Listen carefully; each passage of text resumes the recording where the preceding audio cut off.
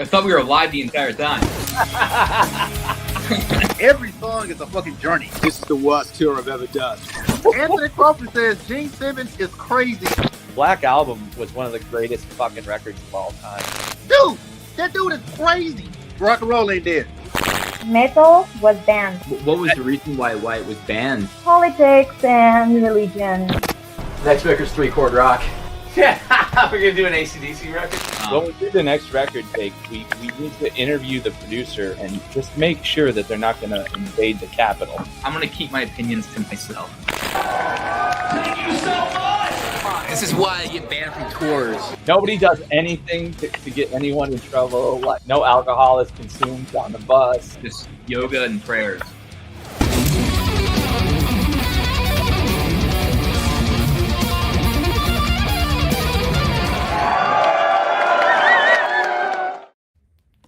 Welcome, Jack. Hello, Glad to hello. have you. Thanks for having me. Yeah. That sure was an intro. That was awesome. Yeah. We always remind ourselves of all the terrible things we've done with having a videographer around at all times. Yeah, it can be quite dangerous. Not everything makes it. How are you doing today, man? I'm good. You know, I just got back a few days ago from a string of like 3 shows, and so recovering well. I managed to get sick for 1 day, and then now I'm totally fine. So we're back to it full force. How are you guys? Oh, it's bound to happen. 3 days. Were you doing that with were you doing with the main band? Or you Yeah, with Spires. Cool. My only band. Oh, your only band. Cool. Okay. Yeah. We did a festival in Chicago, a smaller festival called Legions of Metal. And then we did a one-off show with Epica in New York City, which was super, super fun. And then we did Rock and Rotheim in Germany to cap it off. Oh, wow. Yeah, it was weird, like being gone for that many days, but it only being like 3 shows. So there was so much downtime. It was like really bizarre. Yeah. What was the highlight of those 3 shows? Which one? Oh, I mean, German beer is hard to beat, but and also at that German show, we had pyro for the first time. It was like festival pyro. So it was unexpectedly going off, and that was very fun, very exciting. But that festival actually was really cool because the guy who runs it also runs like a clinic or a care facility for severely disabled people. So it's like a super inclusive festival. They had like all these big handicap areas with like elevated risers and stuff, and ice cream vendors and like all this crazy shit at the festival. It was awesome. And they were super nice to us, and I think it was 2,000 or 3,000 people, and we had a great line after the show to sign stuff. So that's kind of the real fun part for me, at least, is getting to meet people and like find out why they do stuff, and why we're all there aside from all loving music. So that was the highlight of it for me, and food, drink, and nice people. Yeah, Germany rules, man. Germany's such an awesome spot for just kind of very passionate heavy metal fans in Germany. Yeah, it's still going What strong part of out Germany there was it? too. I think we were a little north of Hanover. I don't have a good sense of direction because we were like shuttled from the airport in Hanover to the festival. It was about an hour, so we were within an hour radius of Hanover. Oh, that's cool, man. I bet the Epica show was pretty great too, man. I think they're killing it, right? Like with what was the venue in New York? Irving Plaza.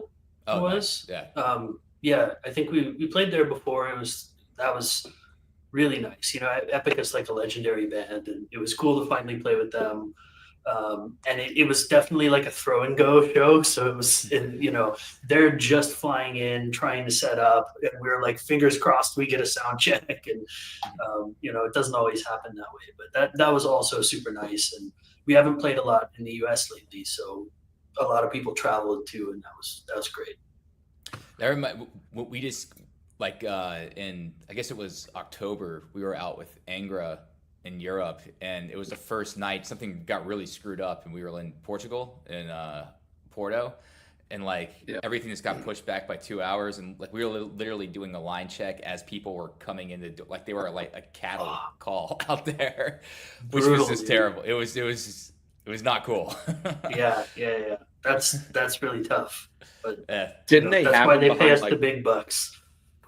They had them behind like police tape, so like they had like 30 yards away from the stage. They're all corralled there like cows. Wow. It's What, still- the audience? yeah. Yeah.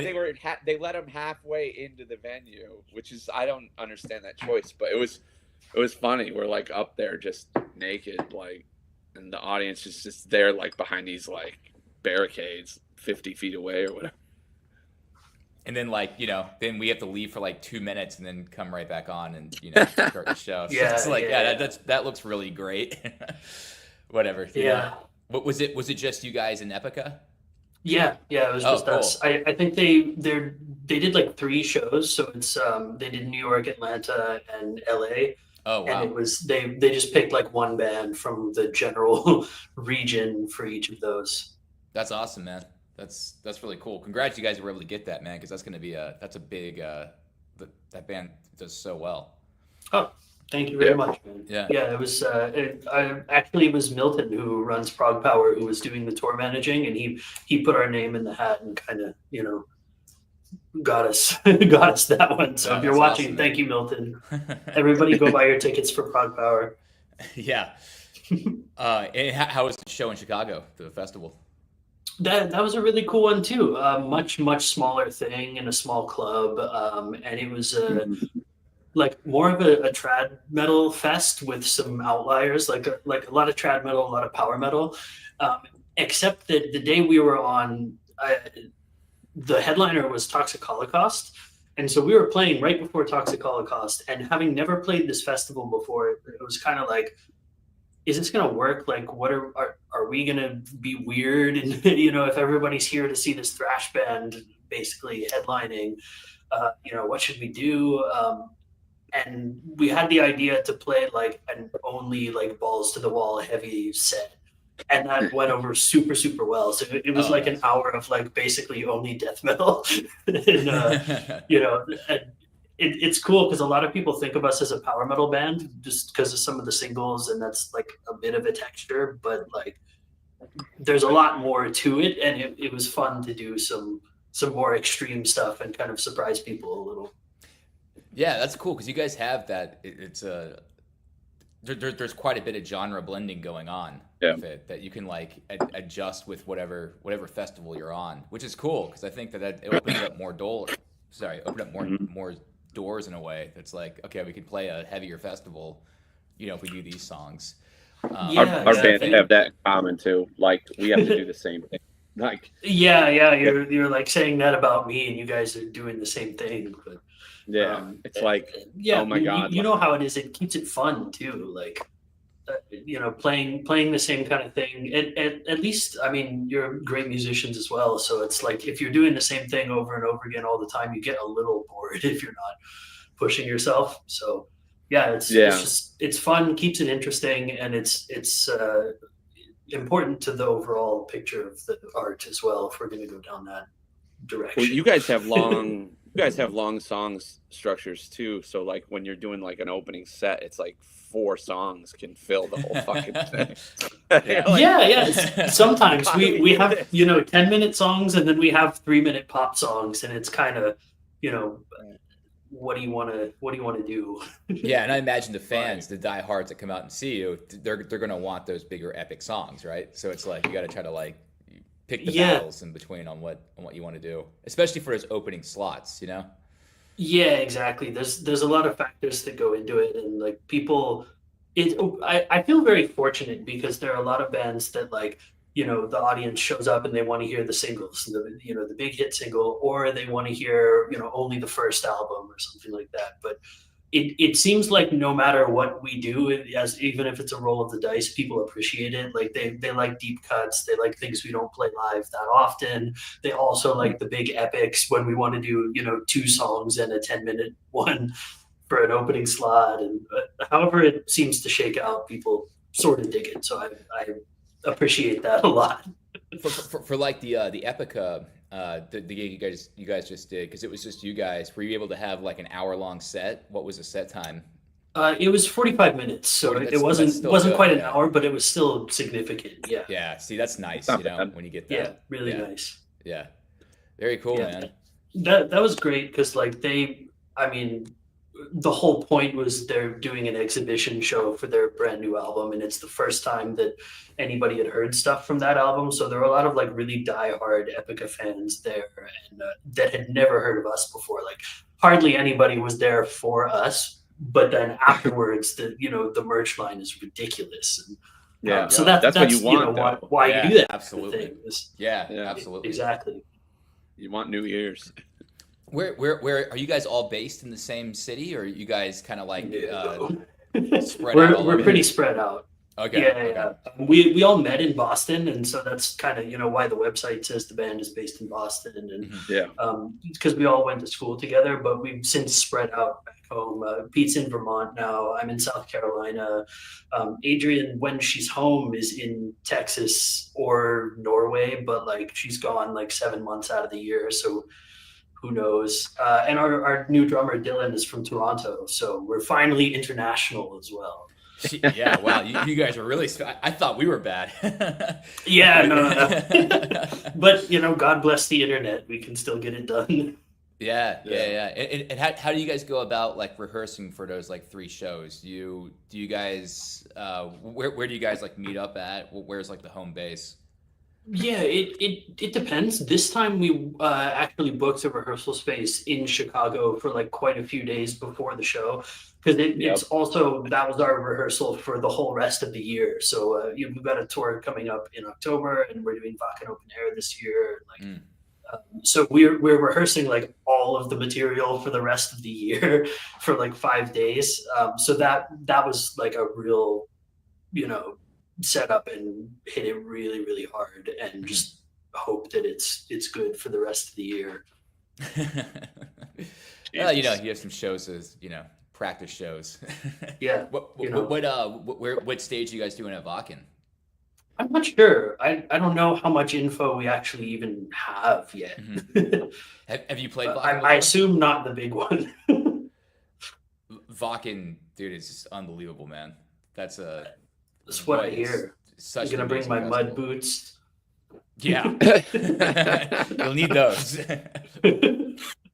Yeah, and that's one of those things for me that like ever since I became aware that like bands and music were a thing, I'd see like Nightwish DVDs from Wacken or Arch Enemy or these big bands that I looked up to, and that's the first one that people go, oh, I want to do that one. So it feels super nice to finally check that off the list at some point, and then also because it's my band, music that I helped write, something that I built from the ground up. It's like that extra level of gratifying of like hey mom, I did it. Yeah, totally. That's great, man. So are you guys doing more festivals after Wacken or before? Because Wacken tends to be like later, like that's around August, I think, right? Yeah, it's almost at the end. So we'll do Wacken, and then either 1 or 2 other festivals in Spain. We're doing Leyendas del Rock and maybe one more. I can't remember if that stayed in the calendar or not. But at least those 2, and from now until then, we're pretty much working on new album stuff. So nice. Right yeah, you guys know how it is. It's like, what are you doing next? Well, it's either an album or it's shows. Right. If you're lucky, Yeah, exactly. And you can talk about the shows.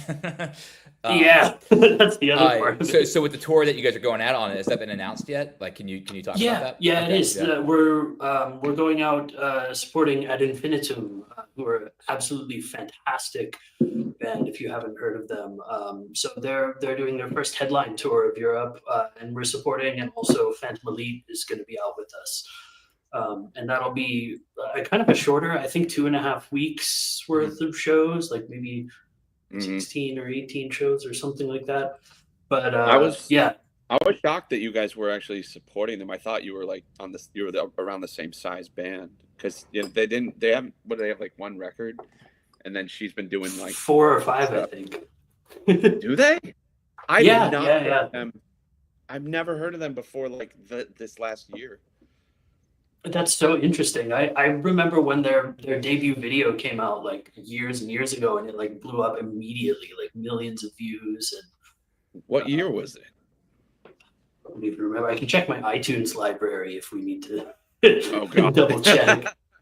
But yeah, I mean, we ended up playing with them. When was it? I don't even remember. Anyway, they were nice enough to invite us out, and we played with them with Camelot. That's what happened. Because Mel, their singer, was doing guest vocals for the latest Camelot album. Yeah.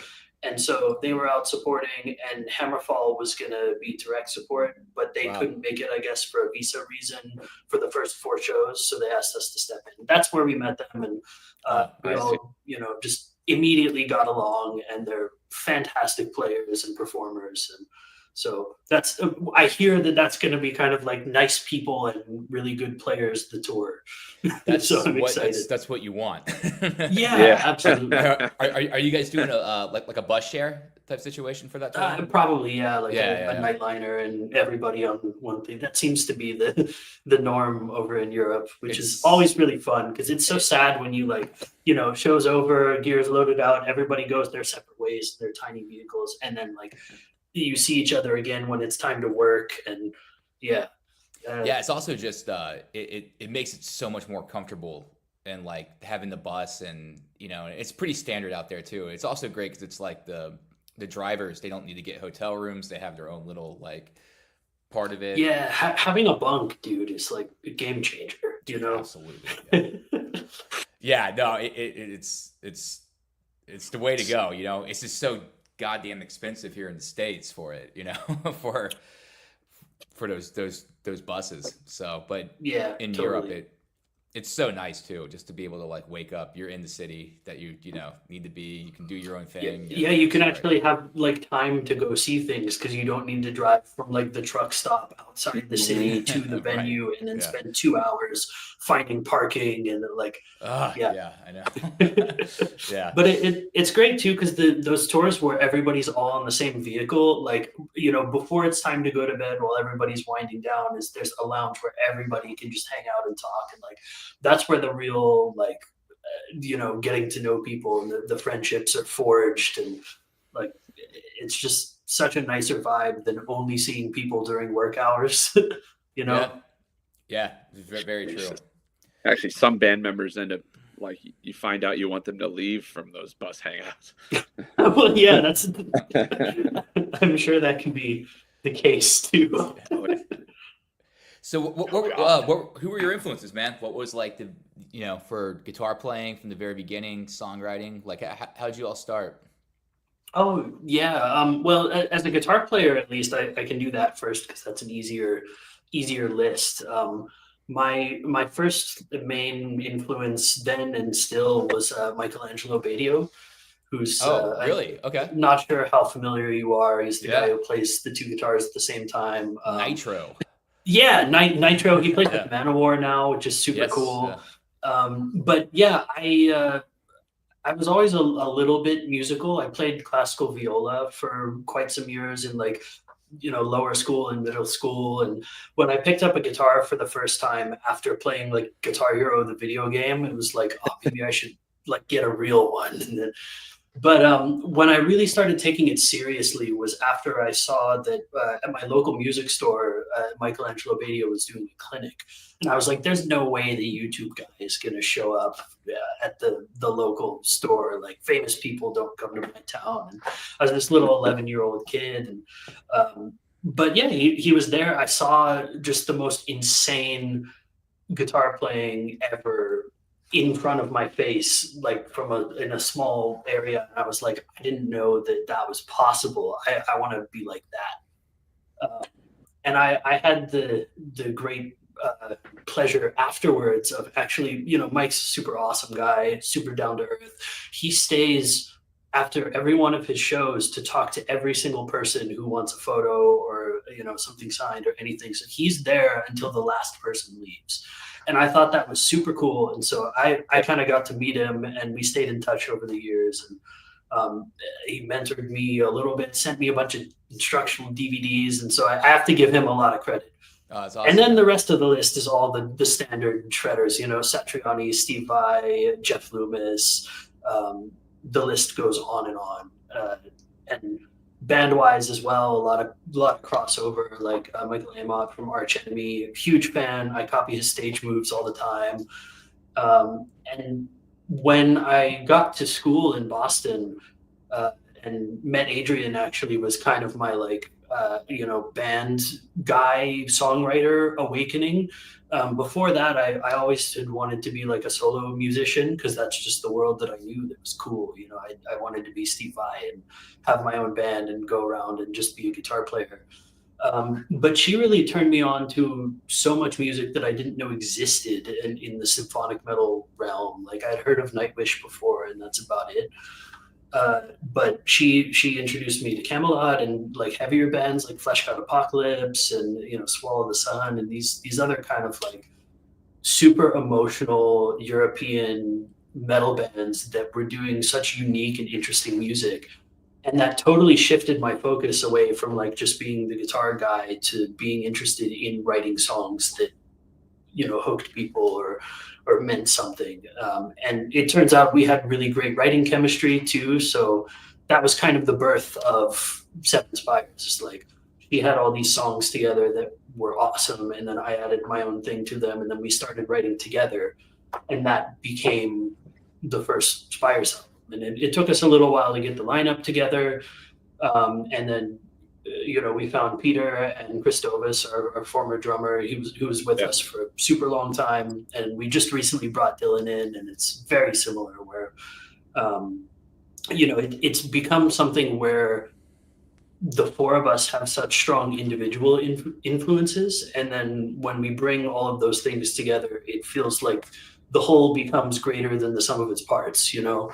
I could never come up with a bass line or a bass hook or a drum fill that's better than what those guys can do. And that's the part that makes it really special for me. Dude, I hope that answered the whole question. That was quite a rant. No, that was great. Let me ask this one question, because I wanted to go back to the Michelangelo thing. But when you guys write, do you guys do it all? Is it traded stuff online, like, you know, over emails, or are you guys getting into a room together? And I'm sure you probably have the whole demo out done, or do these guys hear it first in the studio? Like, how exactly does that work? All good questions. It would start with some individual writing of ideas of, you know, even just sections or, you know, a chorus hook or a string line or something like that. And we kind of, when we have time individually, just collect like song seeds, if you know that term, to be messed with later. But I think we've kind of discovered through trial and error that the best stuff comes with me and Adrian getting in a room together and like working on stuff in tandem in person. And she's got this like mothership orchestration rig that is like, you know, nothing beats it. So I'm there with my guitar just plugged in, and she's driving and, you know, doing all this crazy shit in real time. And we've gotten pretty efficient at it. So the bulk of the songs and the character of the songs will come from that. And then from there, we'll send it to the other guys in basic, you know, drum program form, and just say, you know, what do you think? Any ideas? And they'll come up with their parts and what they think, and, you know, maybe say this needs more here, this needs less of that there. And then we'll go through revisions and just kind of go like that until everybody's like, yeah, this is sick. Yeah. And every once in a while, it's like, you know, at the end of the day, it's so much of Adrian's particular genius that is important to maintain, at least in my opinion. So sometimes it's like, I don't really know about this one. Like, what do you think where's this going to end up? And she'll give me the, trust me, it's going to be good. And then we just roll with that. And then in recording, it comes together. So yeah, that's kind of the long and short of it. And every once in a while, something will come from a different way. Like it'll just be, her having an idea for an entire song and taking a day to sit down and do the whole thing. And then nobody needs to touch it because it's great. But the bulk of things I say are more collaborative. Very cool. When you guys did your last record, where'd you guys record at? Right here, actually. Oh, really? Yeah. Except for the drums, the drums we borrowed a friend who is also a Berkeley professor's cabin in the woods in New Hampshire. And we set the drums up there, and a friend of mine had, a whole bunch of microphones and gear. And so we set up in this cabin and just recorded the drums there. And that was super fun and like almost more of like a vacation. So we did the drums there, and then the rest of the stuff was done either here or Adrian orchestrating at home, or Peter recorded his own parts at his apartment at that point as well. So yeah, a lot of DIY recording. No, it's very cool to do it like out in the middle of nowhere with the drums. Yeah. It's we in the past had done, the shop for studios and stuff, and we recorded at a small studio. We checked out a bigger studio that was like, $600 an hour or whatever the hell it was at the time. And they had all the gear and had all the, the staff and the accolades and whatever, but they didn't really know metal that well. So it was like, do we risk it, or do we do it in a way that we know is going to be probably pretty solid? So that is how it panned out, and it worked pretty well, I think. And then now I've gone down the rabbit hole of, album production, mixing, mastering, and all that. And that's my other job now. So the most recent album is the first one that, from demo to final masters, was all me. And so, wow. Yeah. Now hope, unless I get ill or like really fed up or burnt out, we'll probably do it that way from now on. Yeah, that's an undertaking right there, man. Especially from seeing it from the beginning all the way, Oh yeah. Does your partner come in and do they have like other says on like the mixing and stuff like that, or is it all just do they kind of leave it up to you for? Yeah. Yeah, I think especially with us, everybody has a strong opinion on what they think both they should sound like and what songs should feel like, and things that annoy you that don't annoy other people. So the collaborative effort, I think, is really important. Like especially even on the mix, you do it on even the mix. On what? You let them. I think especially on the mix, there's like a certain amount of quality threshold that like once you reach, this is a great mix, then there's so much room to play around, I think. And it's I think if you start moving things and the mix falls apart, that means that there's something wrong and not just a taste thing. So it's tough. Every once in a while it's like, the bass player wants to hear the bass louder. Oh, louder than that.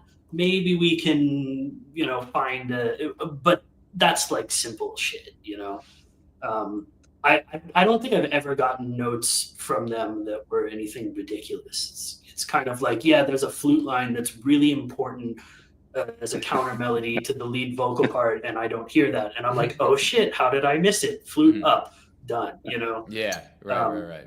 So, but I think it's also really important to all be on the same page from the get-go, and like as I'm recording things and as I'm building the record, like the things that I'm sending out for people to listen to are like in the ballpark, so nobody's surprised by anything later, and that helps a lot. Then it's kind of what was Jake, remember like the first record, Sagan, like our first drummer that passed away, he kept insisting that we put a thunderclap on the downbeat of like this interlude section. Like it was like ridiculous. Yeah, I mean it was. Yeah, I just did that for a bit. Sometimes when you get too many cooks in the kitchen, it's like the soup can get a little wacky. So it's like hey, my mute button finger is powerful. or the classic, there's always a tale where it's like, hey, can you turn that one thing up, that 1 dB? And they're like, what? And then they're like, did it, and then they're like, yeah, that it's perfect. And it's like, wasn't even touched. It was like, just you gotta have the fake fader. Yeah, the fake fader. But you just move it, and then their ears go, yeah. Oh yeah, it's way better. Yeah. I've never found that works with experienced bands and people like that. I feel like that's such a local band doing their first record kind of thing, where they aren't used to how their own playing and the music sounds, so they just want like more of stuff. And I think like if you've ever done like 2 or 3 records, you kind of know what to expect. And then usually the notes that I'm getting are like important ones where it's, they really care about how the song sits and feels. And, even if it gets frustrating sometimes, I can always look back on those things and think, yeah, it made it better. Or at least it made it more true to them as the artist. You'd be surprised at how unsophisticated some of your heroes are. They don't know anything. They're literally like, they're bottled lightning. They don't know anything. It's just like they happen to have a thing, and that's it. Like, yeah, the thing that always gets me with mixes too is listening back to them like throughout over years, and then just being like, wow, that was not as great as I thought, or oh, that was better than I thought. It's like or damn, that one idea that I really wanted, I probably shouldn't have pushed for. Like that shit kind of just changes. It's also like perspective, I guess. As you get, so it's never gonna ever be perfect. Which is and that's the beauty of art as well. I think. Sorry, I didn't mean to interrupt you. The volume's a little screwy. Oh no. I think that, like, a song or an album or a recording, even if we just say a recording of something, is a snapshot of hopefully the best you can do at that point in time. Yep. And if you think about it that way, it's like, there's stuff with like our second album, I did a lot of the recording for the first time, and it didn't really turn out the way that I thought it would or wanted it to. But we had a great mixing engineer for that one, Sasha Payeth, and he really made the songs come to life in the way that they should have. And so when I think of how I kind of messed up on that one versus how the thing came out, it is that. It's a picture of the best that we could do, polished by someone who really knew what they were doing. And the point is that people like the songs and they feel good. And that's it. There's no such thing as a perfect record. And you want it to just do the right job and not be like a testament to perfection forever. Right. Yeah, well, I have a video of 7 Spires here. Let's tell us a little bit about this song, Love. Oh, yeah, this is the most recent video that we put out, music video. It's a song from our most recent album, A Fortress Called Home, and the song is called Love Souvenir. It's kind of insane, one of the more insane musical ideas that we've had, but also one of my favorite songs that I'm the most proud of. So, yeah. Well, let's roll it. This is Love's Souvenir.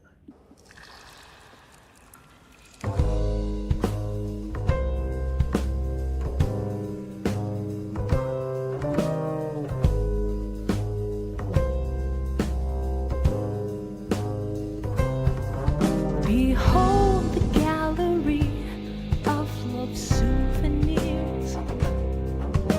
Behold the proof it wasn't just a dream. My mind is a museum of things held dear. My bones a mausoleum for my grief. Somehow I lived a decade, each passing year. A child chasing love through high esteem. No resting on my laurels,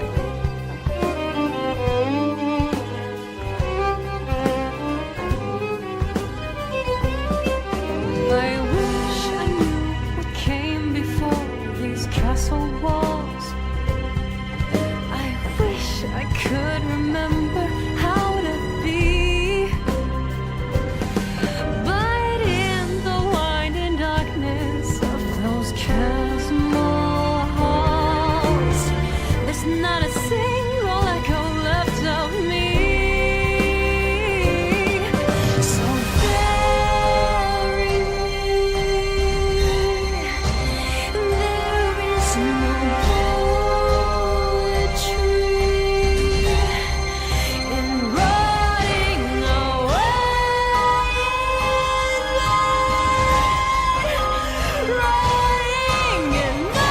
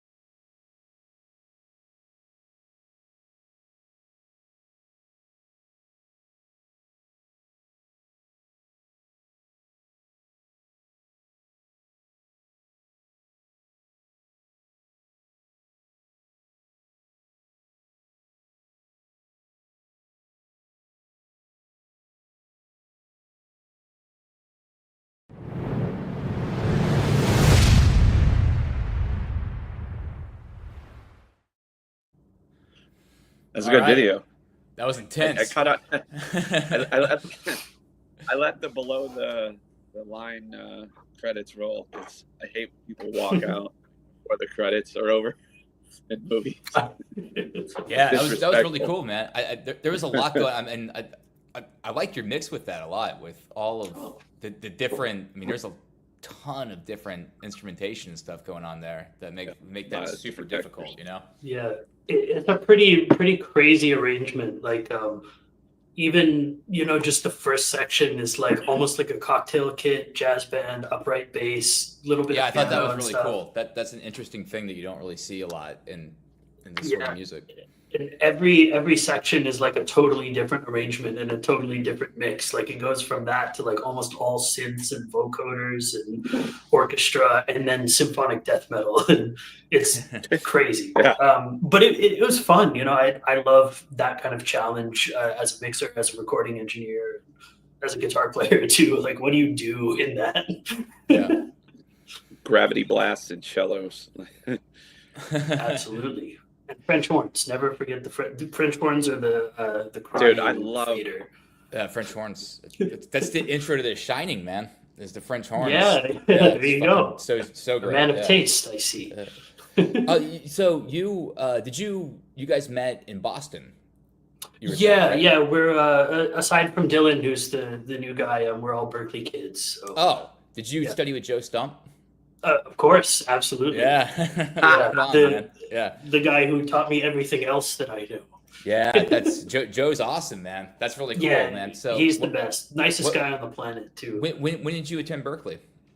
I graduated in 2016, so I must have started in 2012. 2012. Did you graduate with a guitar? What was your degree? Guitar performance. Yeah. So guitar. Yeah, it's just out of frame. My very expensive piece of paper is right up there. That's great, man. What were some breakthroughs you had at Berkeley during that? I mean, or was there anything that was like truly just like holy shit? I mean, amongst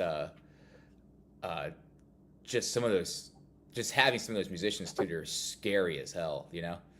Yeah. I mean, that's such an awesome question, and I think I could talk for a whole another hour about just that.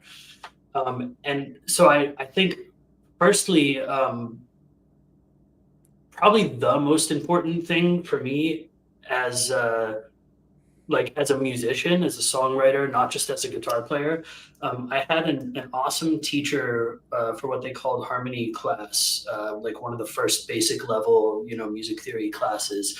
And his name was Omar Thomas, young guy, huge nerd, Zelda tattoo, and he was a big band orchestrator as well. Okay. And he had such an awesome way of teaching everything. So he would explain a concept and explain not just how something works in theory, but he would try and coach us on how to think about how a chord or a line feels. And, this chord or this tension or this extension feels a certain way, and, encouraged us to develop kind of our own opinions on those things as well. But, he would bring in stuff like Coldplay or like any of these kind of pop culture things and say, they used that here, and that's why this feels the way that it does. And to me, that was such an eye opener, because before that it was, riffs and shred and cool stuff. And then I was kind of like, this is the building block for actually really reaching people in a certain way, or at least expression with the hope to reach someone in a certain way. So that was a huge deal for me. And I remember asking him at one point, like I had him a couple times in the more advanced classes. We were into jazz theory and stuff, and all these like really crunchy chords and stuff, and Bill Evans piano pieces. And I was kind of like, I'm like a rock and metal guitar player. Like, how would I apply this stuff in what I do? And he was like, I don't know, man. Like, you're kind of shit out of luck with that kind of distortion. And he was just being honest about it. And then I remember at one point writing the first album with Adrian, and she's doing this stuff in the orchestra while I'm doing more, heavy metal stuff. And I was like, this is the way to do it, is like, now we have clean acoustic instruments putting this kind of complex harmony in a metal context and it actually works. It doesn't just sound like noise. And so that's my big tip of the hat to Omar as a composer, as a teacher, is like, I finally figured it out, man. Thank you. Yeah. that stuff. I mean, we could have a whole podcast just talking about that. God. Like I could go on and on about. I that's my favorite thing is chordal harmony and the what you can do with it too. The single string stuff too, which I would actually argue, which is not harmony with it, but I feel like the heavy metal stuff sometimes can actually open up more into that, because you basically just have like let's just see, you almost have a drone behind it, and I can make that major, minor, diminished, whatever I kind of want to, and then open up that entire field of the different modes that can go on top of that. Now, subject to taste, whether it's going to sound good over the part and make sense, But or it even sometimes it doesn't have to sound good. It just has to like be uncomfortable, or it can make that feel for sure. Yeah, exactly. How the different modes, certainly, go with each thing we're doing. Lydian is going to have its own flavor, versus if we're going to end up going decide to do a Phrygian thing, or whatever. You know?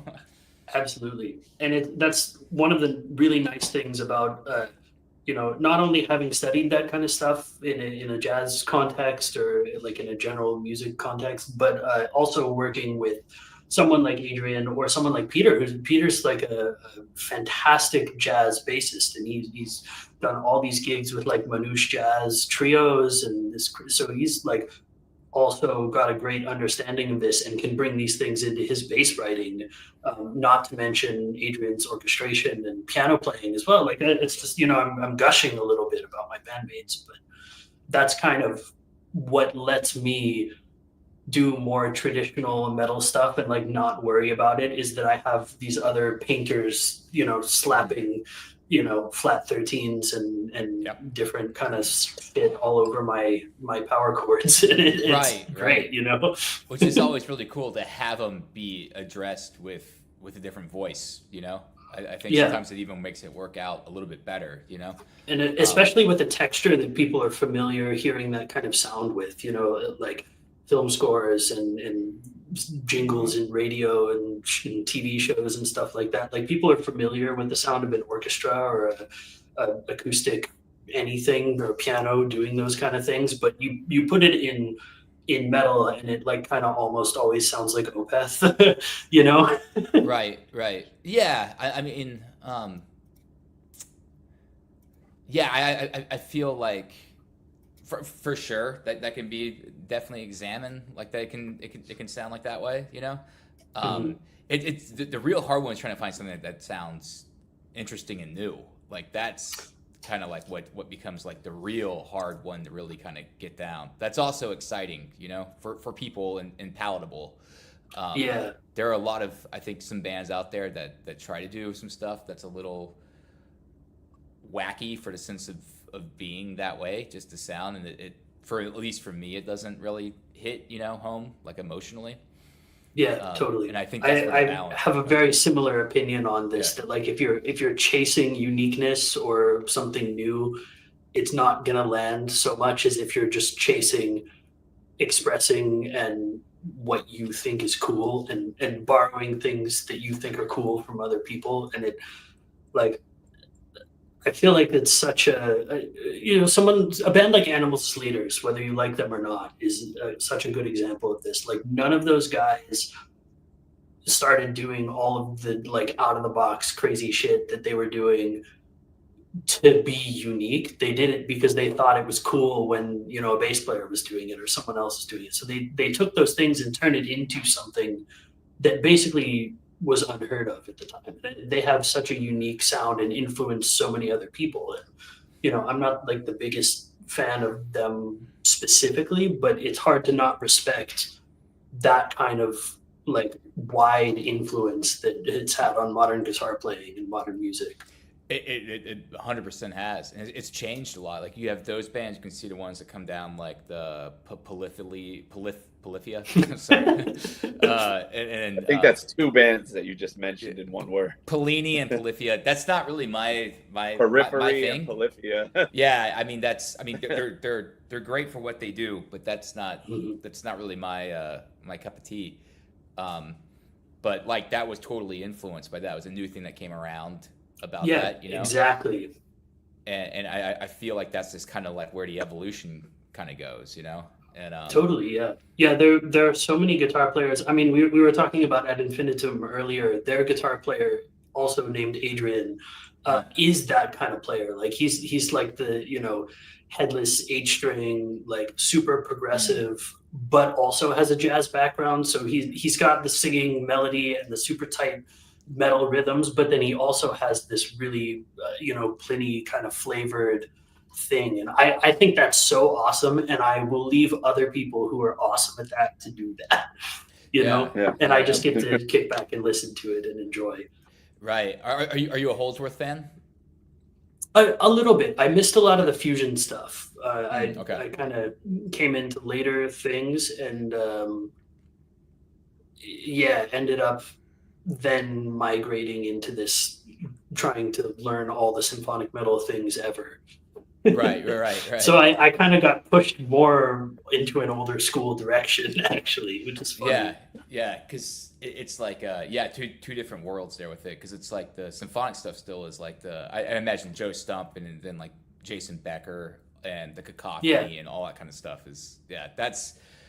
For me personally, I lean kind of more towards that. I love the neoclassical stuff. It's the 80s. Me too. That's like what I was learning when I first started playing. You know, I have such a deep respect for the other stuff, but that's kind of where my heart lies. And even with studying jazz, it was like the only reason I felt like I was studying jazz is to make me a better player, not necessarily because I love that type of music. And I think both are important. You know, there's so much to be learned from stuff that's not your favorite thing ever, but doing your favorite thing ever is what keeps you passionate and what keeps you wanting to move forward. I mean, when I was at music college, it was the same. It was kind of like pushed a little bit more towards the jazz way, because it's just also about, you know, you're learning the improvisation type stuff and overdose chords. It's just more of that vocabulary that you kind of have to have. And but at the same time, it's like I think it's kind of it rings true what you're saying. It's like I'm learning this because I know it's going to make me a better player, but it's not like there's not like a lot of emotional connection to it where I'm like, oh my god, like I'm not going to go to bed until I get this part down, you know? Yeah. And there are so many people that I know, and I mean, Pete's a good example of this. Is like the more I trespass into that world, the more I feel like I'm doing a disservice to people who like live and breathe that vocabulary in that art form. It's like I just feel like more of an amateur when I see, you know, more people who really do that like in a serious way. It's a vocabulary, and it's a way of thinking and a way of playing that you can't fake, and you have to train yourself to develop. And I just never got that far, you know, because it's not my favorite thing in the world. Right. Yeah, and it's I mean you're absolutely right. It's like those people that do train like that, they have the same what you have for symphonic metal, they have for the jazz world. And that's what they I hope so, at least. Yeah. But well, cool, man. I gotta run now, man. But it's you know what, man? We should do another one of these and talk more about the music theory aspect, and whatever listeners we have right now, we'll diminish those by 7 of them by talking way more about music harmony. We're on the same booking agency now. We have the same agent in Europe, so I'm sure we're going to be seeing each other at some point in the near future. Yeah, so sounds good. Yeah, I'd love to play shows with you guys, man. I really like your band. I like what you guys are doing, and obviously I like anything that's a little dark. Yeah, you're in South Carolina too, man. I want to. Yeah. I'm thinking about. I want to go out there and take a trip out there. So I might hit you up for some recommendations. You know. Cool. Maybe sounds good. I know all the best places with the least drunken college kids. Okay, that sounds great. Yeah. Yeah, if you wanna know where the best place to golf with geriatrics is, I'm your man. Well, also the Michelin Guide or the Michelin Guide just got added to South Carolina, so I'm interested in seeing those. That's my other passion is just eating. So That's awesome. Okay, my people will call your people. Yeah, I want in on this. Right on, man. Hey, thanks again for doing it, man. And congratulations on the new record, man. That last track was very, very cool, man. And that's really awesome that you mixed all that by yourself, man. I'm sure that also helps the pocketbook, you know. Maybe not your sanity, but you know. Yeah. I mean, you know, another very, very lucrative business, mixing metal bands. But, Yeah. it's another thing that I just fell in love with. But anyway, thank you guys for having me. It was great to catch up. Great to talk to you, Jake. I think this is the most we've talked ever. Like we always kind of. Yeah, have we met in person? Because it would have been it would have been at Prog Power or at NAMM for like 30 seconds. Yeah, both those, man. I'm Hey, sorry Sam. for being rude if I didn't remember No, that, but this was awesome, man. I look forward to talking to you more, man. Because likewise, yeah. Let's do another one sometime. Alrighty, man. Let's- Sounds good, Jack. Stay tuned for the outro, and Jack, I'll hit you up soon. Sounds good. Take care, man. Bye-bye. Take care, guys. See ya. Sometimes the world no longer needs a hero. Sometimes what it needs is a monster.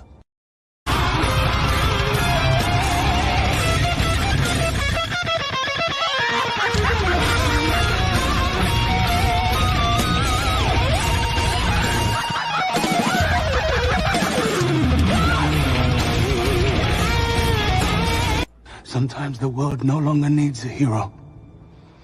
Sometimes what it needs is a monster.